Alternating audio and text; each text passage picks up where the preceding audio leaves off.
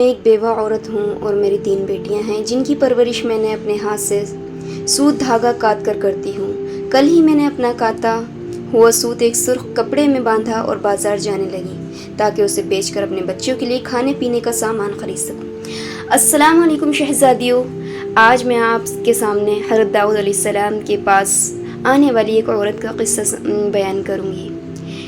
ایک عورت حضرت داؤد علیہ السلام کے پاس آئی اور کہنے لگی، اے اللہ کے نبی، آپ کا رب ظالم ہے یا عادل؟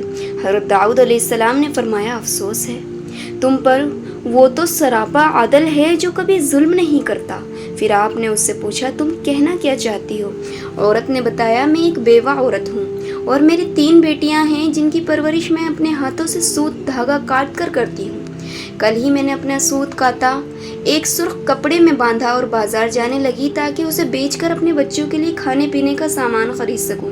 راستے میں اچانک ایک پرندہ مجھ پر جھپٹا اور وہ کپڑا اور سوت چھین کر اڑ گیا۔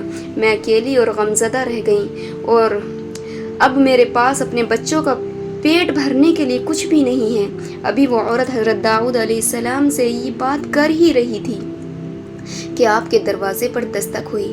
آپ نے اندر آنے کی اجازت دی تو کیا دیکھا کہ 10 تاجر حاضر ہوئے ہیں اور ان میں سے ہر ایک کے ہاتھ میں 100 دینار ہیں۔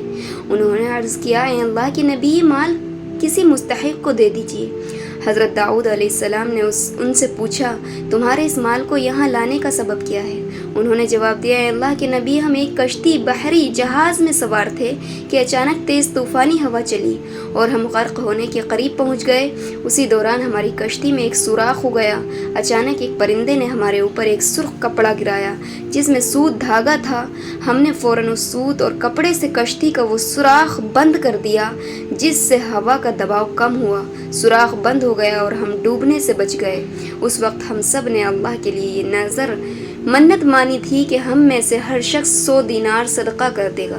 یہ وہ کل 1000 دینار ہیں، آپ اسے جس کو چاہے عطا کر دیں۔ یہ سن کر حضرت داؤد علیہ السلام اس عورت کی طرف متوجہ ہوئے اور فرمایا، وہ رب جو خشکی اور تری سمندر میں تمہارے لیے تجارت کرتا ہے اور تم اسے ظالم سمجھ رہی ہو؟ آپ علیہ السلام نے وہ 1000 دینار اس عورت کو دیے اور فرمایا، جاؤ اسے اپنے بچوں پر خرچ کرو۔ بے شک اللہ تعالیٰ آپ کو کسی ایسی آزمائش میں مبتلا نہیں کرتا جس میں آپ کے لیے کوئی خیر نہ ہو، خواہ آپ کو اس کا الٹ ہی کیوں نہ لگ رہا ہو۔ اس لیے اپنے دل کو پرسکون رکھیے، ہم وہ نہیں جانتے جو رب جانتا ہے۔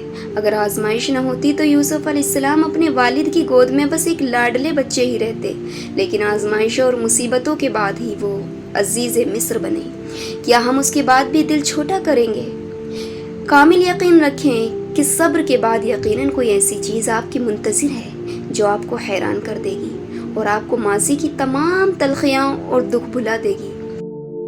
مشکل حالات میں بھی صبر کا دامن نہیں چھوڑنا ہے۔ السلام علیکم ورحمۃ اللہ۔